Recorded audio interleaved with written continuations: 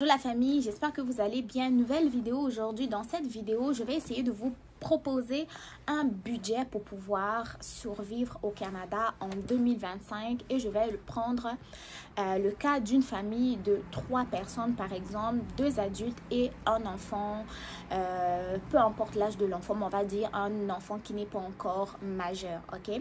Donc dans cette vidéo, je me suis vraiment basée selon les coûts de logement actuels qui ont augmenté, donner une petite estimation en ce qui concerne l'alimentation, les coûts d'électricité, le transport en commun, les frais de scolarité et les frais d'assurance maladie pour les personnes qui viennent d'arriver et qui ne sont pas encore couverts par la RAMQ. Ok?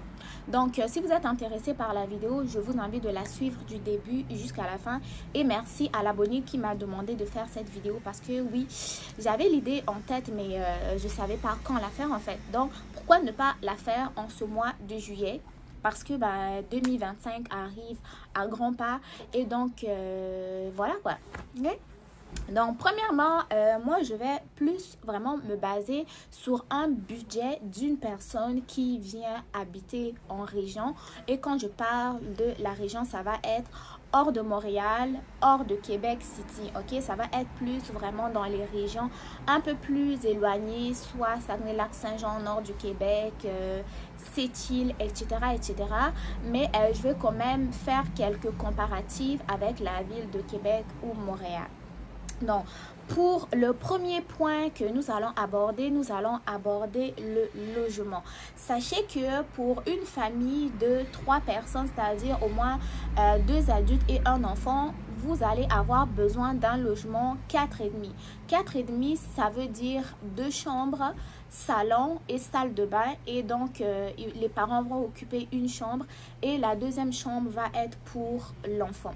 Donc, pour un loyer, en fait, pour un logement de 4,5, donc 2 chambres, salon, salle de bain, vous devrez prévoir au moins un budget de 1200 $ en région. Et pour ce qui est des grandes villes, Montréal ou Québec, prévoir au moins jusqu'à 1500 $. Ok? Donc en région, vous essayerez de prévoir au moins 1200 $ parce que vous pourrez avoir des 3,5, une chambre, salon, salle de bain pour environ 700 jusqu'à même 900 $. Mais vu que vous venez avec un enfant, il faut quand même avoir un peu d'intimité et donner à l'enfant sa propre chambre. Ok, tout dépendamment de son âge. Parce que si c'est un bébé, mais vous pourrez mettre quand même le berceau dans la chambre. Ok, donc je vais juste m'assurer que mon iPad est bien chargé. Donc pour le loyer, vous prévoyez au moins 1200 en région, 1500 si vous voulez à tout prix venir à Québec. Et quand je parle de région, ça inclut toutes les régions à l'extérieur de Québec et Montréal, parce que Montréal même, n'en parlons pas, les loyers sont plus élevés. Donc, après avoir parlé du loyer, j'aimerais qu'on aborde l'alimentation. Donc, le coût de la nourriture aussi, ça va dépendre de vos habitudes alimentaires. Pour une personne qui a une diète assez spéciale, sachez que les coûts de la nourriture peuvent être plus élevés que une personne qui a une diète moins compliquée. Ok? Ce que vous devrez savoir, c'est que les aliments transformés sont les aliments qui coûtent le plus cher ici au Québec.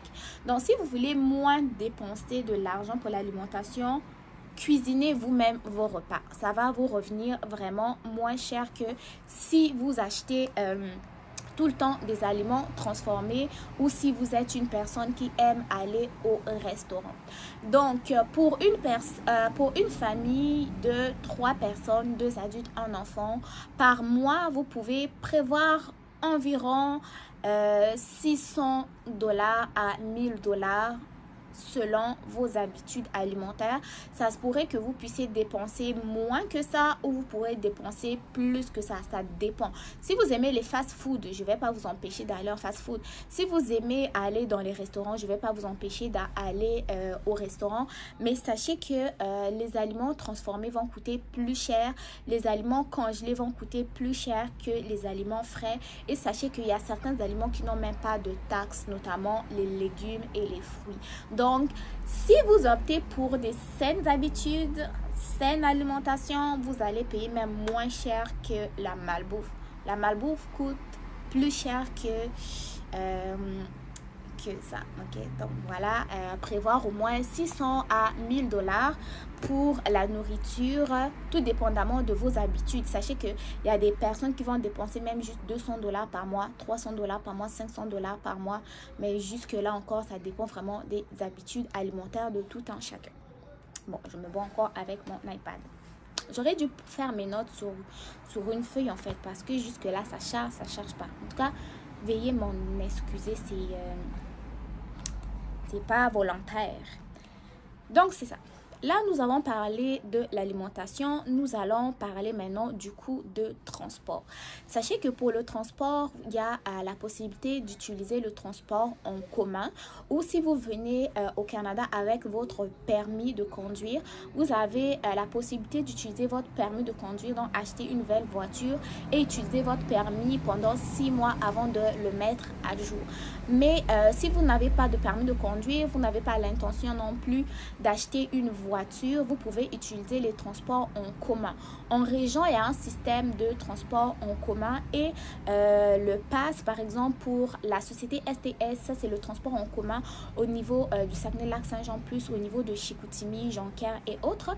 Un pass mensuel pour une adulte, un adulte c'est 80 $. Pour des enfants de 17 ans et moins, 66 $. Pour les personnes âgées de 65 ans et plus, c'est 53 $ par mois. Et sachez qu'il y a d'autres personnes qui peuvent payer moins que ça. Ok, donc ça va être très important d'aller vous renseigner au niveau du système de transport en commun. Sachez aussi qu'il y a la possibilité d'utiliser les taxis, mais en région, il n'y a pas beaucoup d'entreprises de taxis. Et même le transport en commun, à partir de 22 h là, il n'y a plus de bus. Ok, il n'y a plus de bus.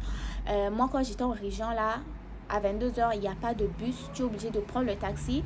Et il y avait juste une seule compagnie de taxi. Des fois, tu vas attendre 1 heure à 2 heures pour avoir un transport. Donc, pour les personnes qui sont en région, famille avec enfants, c'est vraiment plus pratique de prévoir qu'un de vous et au moins son permis de conduire.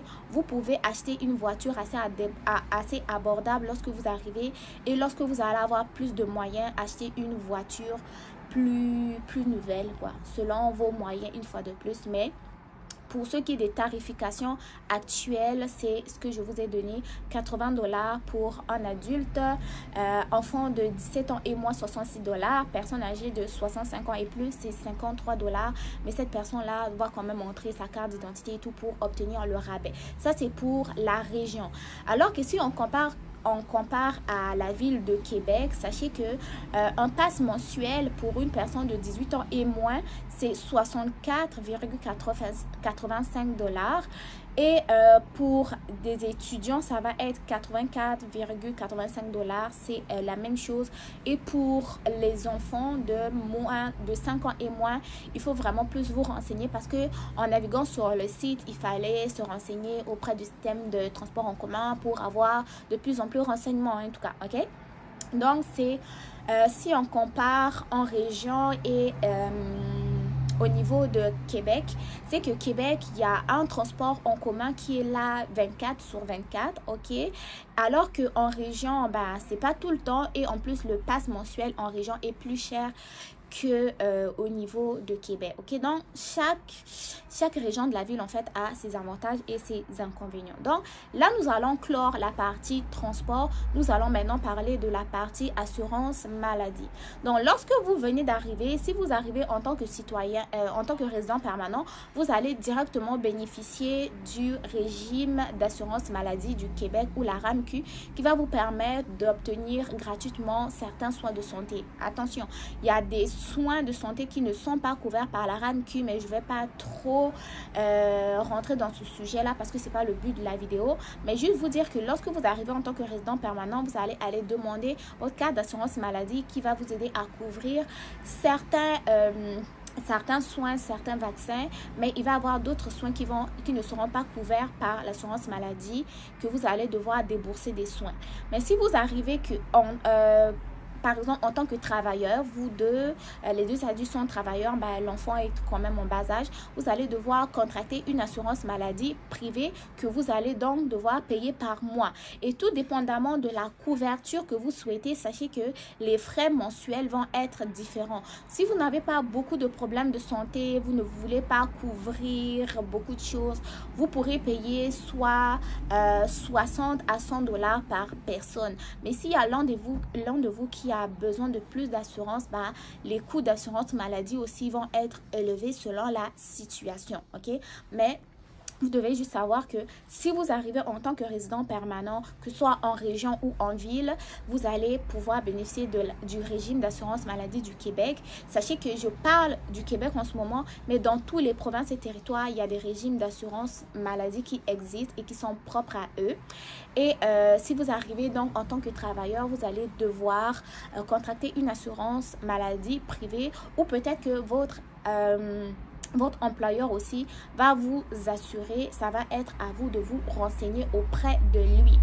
Donc, on clôt la partie assurance maladie. Nous allons parler maintenant au niveau des services publics tels que ou services supplémentaires tels que, par exemple, l'électricité.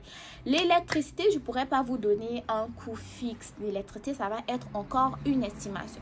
Vous venez d'arriver, c'est votre première année au Canada et vous choisissez d'aller vivre en région. En région, il fait plus froid qu'à Québec ou à Montréal, ok? En région, il fait froid, l'hiver commence plus souvent tôt qu'en ville, à Québec ou à Montréal. Donc, si vous venez d'arriver et que vous êtes frileux, sachez que l'hiver, vous allez beaucoup chauffer et le chauffage consomme beaucoup d'électricité. Donc, si vous faites beaucoup de lavage parce que vous avez un enfant très jeune, le lavage fréquent, ça va aussi consommer beaucoup d'électricité. Donc, pour une famille de 3 personnes, par mois, si vous utilisez convenablement l'électricité, vous pourrez même payer 60 dollars par mois l'été. Et l'hiver, vous pourrez aller jusqu'à 200 dollars, tout dépendamment de l'utilisation que vous faites de l'électricité. Si vous chauffez beaucoup, mettez beaucoup de chauffage, vous lavez fréquemment les habits. Au lieu de regrouper le lavage, lundi, tu laves pour monsieur, mardi, tu laves pour toi, mercredi, tu laves pour l'enfant, ça va vraiment vous coûter beaucoup en électricité. Et aussi, si vous laissez tout le temps les lumières allumées alors que vous n'êtes pas là, ça va aussi consommer beaucoup d'électricité. Les conseils que moi je vais vous donner, en hiver, essayez de réduire tout ce que vous n'utilisez pas. Essayez de fermer les lumières si vous n'êtes pas là. Essayez de garder quand même les espaces fermés pour conserver la chaleur et aussi essayez de regrouper les lavages. Soit vous lavez tout en même temps de la même couleur, soit lundi, le matin, vous lavez le blanc, le soir, vous lavez le coloré, mais essayez de regrouper le lavage. Ça va vous sauver un peu plus d'argent. Et l'été, ce que vous pouvez faire, il y a des logements qui ont des cordelettes. Allez sécher vos habits sur les cordelettes au lieu d'utiliser le sèche-linge ou la sécheuse. Ça également, ça va vous aider. Et aussi, lorsque vous faites votre vaisselle, pour les personnes qui n'ont pas de lave-vaisselle, lorsque vous faites votre vaisselle, essayez de pas souvent laisser l'eau couler, que ce soit l'eau chaude ou même l'eau froide. Essayez de pas laisser l'eau couler tout le temps. Donc, vous lavez une petite cuillère, là, vous laissez l'eau couler pendant que vous êtes en train de communiquer sur WhatsApp. Ça aussi, ça peut augmenter les factures d'électricité. Donc, il y a moyen de payer cher et il y a aussi moyen de payer moins cher, ok? Tout c'est une question d'astuce. Dernier, là j'ai parlé de l'électricité. Je vais parler aussi de l'Internet. L'Internet, là, tout dépendamment de l'opérateur que vous allez choisir. Il y a plusieurs opérateurs ici. Il y a Bell, il y a Rogers, il y a TELUS. Ok, bon, ça, c'est les 3 que je connais. Bell, Rogers, TELUS, ça se peut qu'il y ait d'autres. Mais tout dépendamment de l'opérateur aussi que vous allez choisir, sachez que votre facture d'Internet peut être élevée ou moins élevée. Il y a un que je connais, dans la facture, là, ça fait mal quand tu reçois, mais je ne dirais pas dans cette vidéo, je ne veux pas de problème. Donc, pour les personnes qui vont utiliser le Wi-Fi, prenez vraiment le temps de vous renseigner et de comparer les prix avant de prendre un contrat avec tel ou tel compagnie. Mais généralement, vous ne devrez pas payer plus que 65 dollars les coûts de Wi-Fi. Donc, si vous avez un Wi-Fi et que monsieur, madame ont un cellulaire, ok, et que au travail, vous avez aussi accès à Internet, moi, ce que je vais vous recommander, la première année que vous arrivez, vous n'êtes pas obligé de prendre l'Internet sur votre téléphone, ok. Si vous venez, essayez d'utiliser le Wi-Fi lorsque vous êtes à la maison, le Wi-Fi du travail, mais ayez quand même un service d'appel et de messagerie pour rester quand même en contact. Parce que si vous arrivez, madame prend Internet sur le téléphone, monsieur prend Internet et vous avez encore le Wi-Fi, franchement, vous allez beaucoup dépenser dans les frais d'Internet, ok. Donc, faites un peu plus attention de ce côté-là.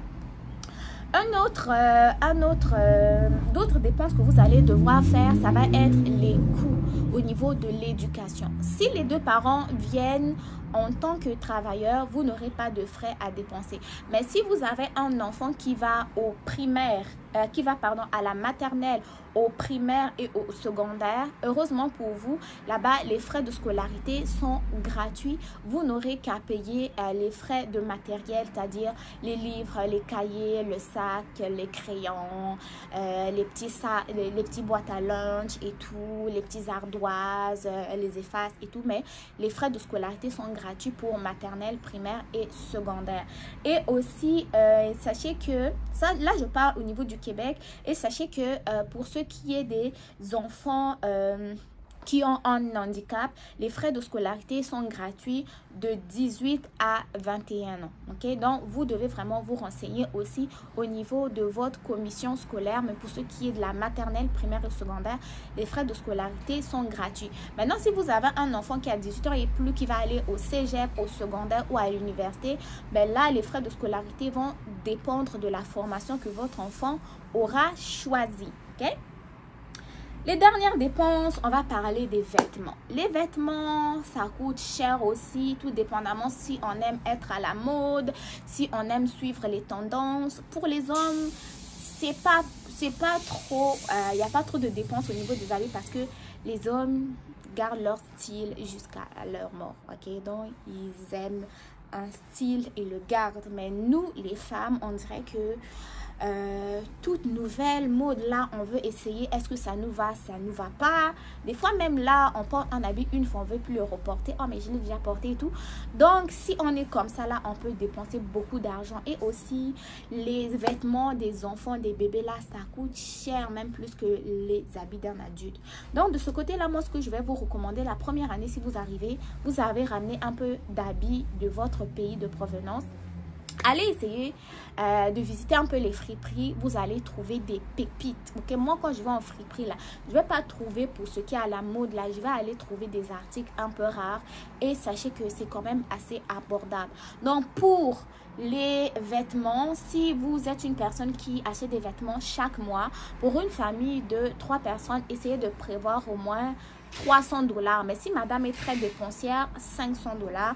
Mais je vous recommande fortement d'aller visiter les friperies. Il y a des friperies en région, il y a des friperies aussi en ville. J'ai déjà fait une vidéo sur une friperie dans la ville de Chicoutimi que je vous inviterai à aller voir sur ma chaîne YouTube. Donc ça va être à vous vraiment de faire le total des estimations de prix et comparer par rapport au budget que vous avez. Ça va être à vous aussi de savoir, je dépense plus ici, je diminue plus ici selon mes envies et mes désirs. Mais pour ce qui est de 2024 actuellement et même 2025, c'est selon moi ce genre de budget là que vous devez prévoir pour une famille de 3 personnes. Pour une personne seule, tu peux aussi partir de cette vidéo, faire la liste des dépenses généraux que j'ai listées et regarder par rapport au type de dépenses que toi tu as à faire et diminuer le budget pour une personne. Ok, donc merci d'avoir regardé cette vidéo. Si vous avez des questions, n'hésitez pas à poser dans les commentaires, des suggestions aussi dans les commentaires. Moi je vous dis à très bientôt, prenez soin de vous et bon succès dans vos différentes démarches. On se retrouve très bientôt pour une nouvelle vidéo. N'oubliez pas de mettre des suggestions dans les commentaires et surtout de liker la vidéo.